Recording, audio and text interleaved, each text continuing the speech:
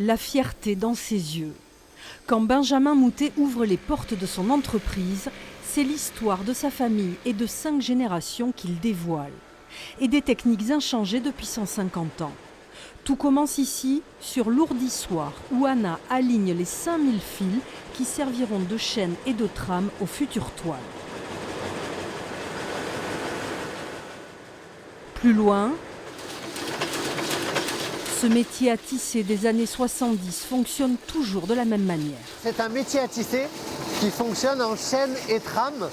Chaîne pour les fils en longueur qui sont levés et baissés par la machine.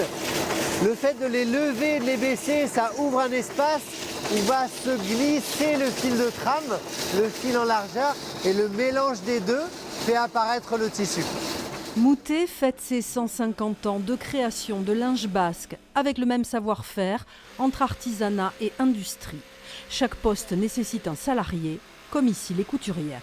Sur ce poste-là, on fait l'ourlage en long, ce que nous on appelle ourler en long, le côté droit et le côté gauche, pour après que ça parte à la coupe, où on va séparer les torchons, on a un trait de coupe, et qu'après ma collègue elle sépare les torchons là-bas. Moutet vend son linge partout en France, mais aussi aux États-Unis et tout récemment en Chine. Et vient d'obtenir une indication géographique linge basque, récompensant un savoir-faire local développé dès 1874. L'indication géographique rattache le produit à son territoire historique. Il y a ce lien fort qui explique pourquoi le produit s'est implanté à cet endroit, pourquoi il continue de vivre à cet endroit et pourquoi il doit continuer à vivre dans cet endroit.